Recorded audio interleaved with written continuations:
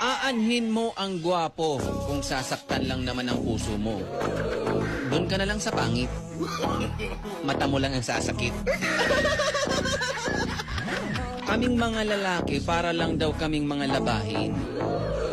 Iwanan mo man, hihintayin ka pa rin. Horror. Ang kagwapuhan kan sarong tao hindi yan nakikita sa panlabas na anyo. Nakikita yan paglabas ko ng pinto. Bakit daw may mga mister na nagrereklamo dahil palagi na lang daw tama ang kanilang misis? Eh yan naman talagang hiniling nyo mga mister eh. Tamang babae. Dalawang bagay lang yan mga pangga ang mga misis. Una, lagi silang tama. Dahil kung hindi, ikaw ang tatamaan.